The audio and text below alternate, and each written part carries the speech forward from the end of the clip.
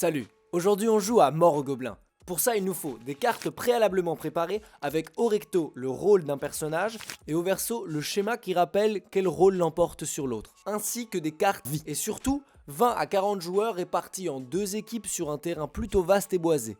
Le principe du jeu est simple, chacune des équipes dispose d'un gobelin. Pour gagner, il faut tuer le gobelin. Chaque joueur se voit attribuer un rôle par la carte qui lui est donnée. Parmi les rôles, dragon, géant, archer, chevalier et gobelin. En suivant le schéma, le dragon gagne contre le géant, qui gagne contre l'archer, qui gagne contre le dragon. Ces trois rôles peuvent tuer le chevalier, qui est le seul à pouvoir tuer le gobelin. Avant que le jeu commence, les équipes discutent de leur stratégie pour pouvoir attaquer le camp adverse tout en défendant leur propre gobelin. Puis, le gobelin distribue à chacun des membres de son équipe un point de vie. La partie commence. Les deux équipes vont donc s'affronter pour attaquer ou défendre leurs équipes. Pour engager un combat, le joueur doit simplement toucher son adversaire.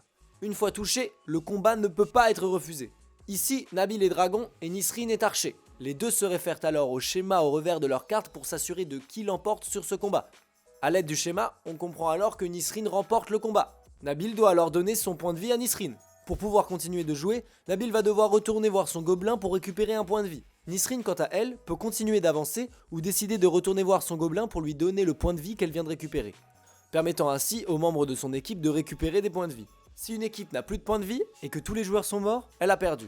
Le jeu se termine quand le gobelin d'une équipe a été tué par un chevalier. C'est un jeu aux nombreuses stratégies et elles sont toutes acceptées. Le gobelin peut se cacher ou se déplacer tout au long du jeu. Alors faites bien attention à adapter la taille de votre terrain ainsi que le nombre des différents rôles par équipe.